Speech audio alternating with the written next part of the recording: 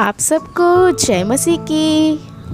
आज का वचन पहला थिस्सलुनीकियों अध्याय 5।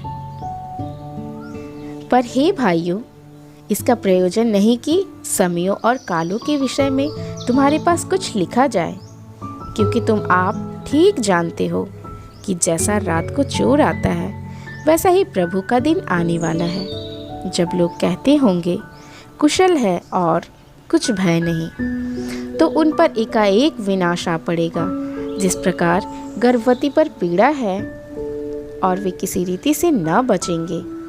पर हे भाइयों, तुम तो अंधकार में नहीं हो कि वह दिन तुम पर चोर के समान आ पड़े, क्योंकि तुम सब ज्योति की संतान और दिन की संतान हो। हम न रात के हैं न अंधकार के हैं, इसलिए हम दूसरों के समान सोते न रहें, पर जागते और सावधान रहें। क्योंकि जो सोते हैं वे रात ही को सोते हैं, और जो मतवाले होते हैं वे रात ही को मतवाले होते हैं। पर हम जो दिन के हैं विश्वास और प्रेम की झिलम पहनकर और उद्धार की आशा का टोप पहनकर सावधान रहें। क्योंकि परमेश्वर ने हमें क्रोध के लिए नहीं, परंतु इसलिए ठहराया है कि हम अपने प्रभु यीशु मसीह के द्वारा उद्धार प्राप्त करें।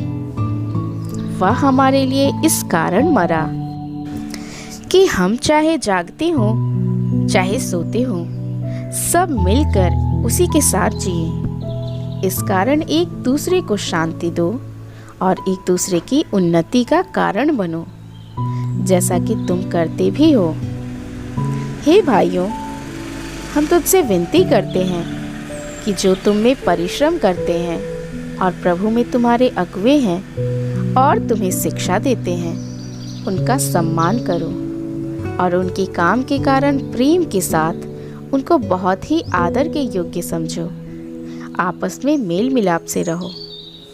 हे भाइयों, हम तुम्हें समझाते हैं कि जो ठीक चाल नहीं चलते उनको समझाओ। कायरों को ढांढस दो, निर्बलों को संभालो, सबकी ओर सहनशीलता दिखाओ। सावधान, कोई किसी से बुराई के बदले बुराई न करे, पर सदा भलाई करने पर तत्पर रहो। आपस में और सबसे भी भलाई ही की चेष्टा करो। सदा आनंदित रहो, निरंतर प्रार्थना में लगे रहो, हर बात में धन्यवाद करो, क्योंकि तुम्हारे लिए मसीह यीशु में परमेश्वर की यही इच्छा है। आत्मा को न बुझाओ, भविष्यवाणी को तुच्छ न जानो, सब बातों को परखो। जो अच्छी है उसे पकड़े रहो, सब प्रकार की बुराई से बचे रहो। शांति का परमेश्वर आप ही तुम्हें पूरी रीति से पवित्र करे, और तुम्हारी आत्मा और प्राण और देह हमारे प्रभु यीशु मसीह के आने तक पूरे और निर्दोष सुरक्षित रहे। तुम्हारा बुलाने वाला सच्चा है और वह ऐसा ही करेगा।